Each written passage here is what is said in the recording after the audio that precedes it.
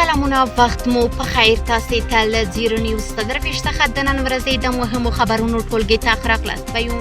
نن پنجشنبه ده د 1404 هجري لمریز کال د سنبلې 12مه چې د 2025 زیږدیز کال د سپټمبر له 4مې سره برابره ده.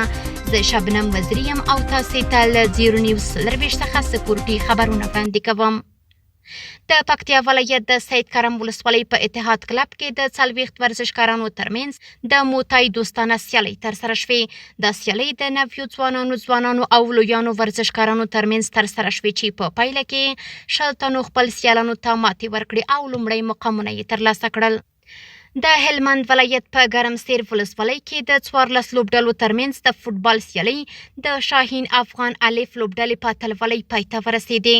د یادو سیالیو پایلوبه کې شاهین افغان الف لوبډلې د 3-1 ګول په توپیر خپلې سیالۍ شاهین افغان بي لوبډلې ته ماتې ورکړه او اتلولۍ یې وګټله.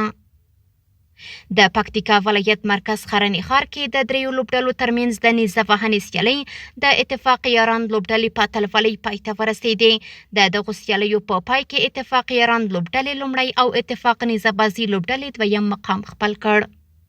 د سپورت له ډګره وروستی خبر همدا چې د بغلان په مرکز او ولسوالیو کې د فوټبال سیالۍ چې 6 ورځې وړاندې پیل شوې وې د اندراب زده کړیالانو په اتلولۍ پای ته ورسېدې. پایلوبه د اندراب زده کړیالانو او جوانان لوبډلې ترمنځ ترسره شوه چې په پایله کې اندراب زده کړیالانو 3-2 په توپیر سیاله لوبډله ماته کړه او اتلولۍ یې په خپل نوم کړه.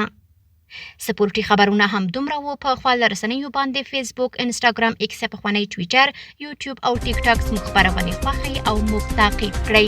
ادرس یې 0news24. تر سبا خبرونه د الله په امان.